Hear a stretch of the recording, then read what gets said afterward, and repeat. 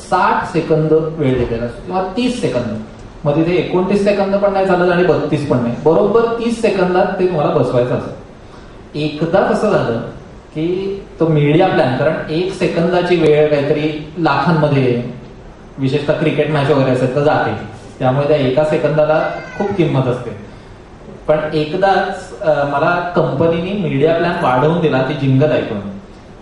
ब्रुकबॉन्डची जाहिरात होती.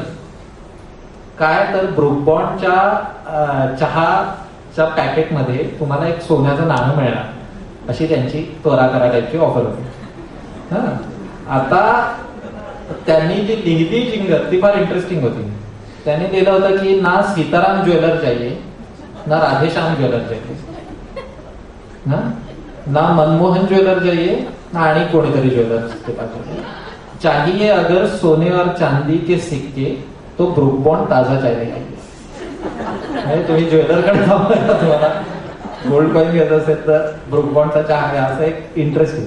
तर माझ्या असं एकदम लक्षात आलं की सगळी त्यांनी दुकानांची जी नावं लिहिली होती की ना राधेश्याम ज्वेलर, ती सगळी देवांची होती. ना राधेश्याम ज्वेलर जाइए, ना सीताराम ज्वेलर जाइए, ना मनमोहन ज्वेलर जाइए आणि काहीतरी होतं नाव त्याला. पण तेव्हा आणि काय होतं की अनुप जलोटा खूप फॉर्मात होते, भजन किंग. आणि मी म्हटलं की आपण समजा याचं भजन केलं की ना सीताराम, ना राधेश्याम ज्वेलर जाइए, ना सीताराम ज्वेलर जाइए, तर फार इंटरेस्टिंग होईल. त्यामुळे मग ना राधेश्याम ज्वेलर जाइए,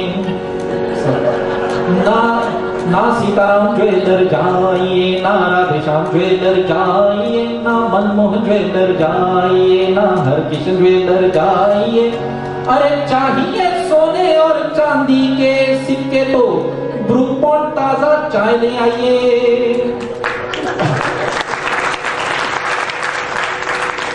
आणि शेवटी अरे चाहिए सोने और चांदी के सिक्के तो ब्रुकबॉन्ड ताजा चाय ले आइए. हरी हरी हरी प्लीज, हरी हरी हरी हरी.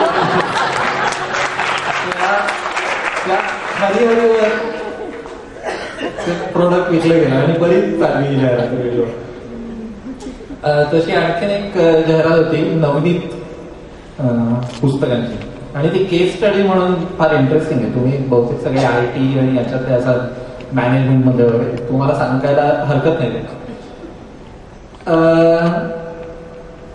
नवनीत गाईड्स आहेत तुम्हाला माहिती आहे, आणि त्यांची विक्री कशी होत असेल तर नवीन टर्म सुरू झाला की दुकानदाराकडे आई वडील पुस्तकं घ्यायला जायचे.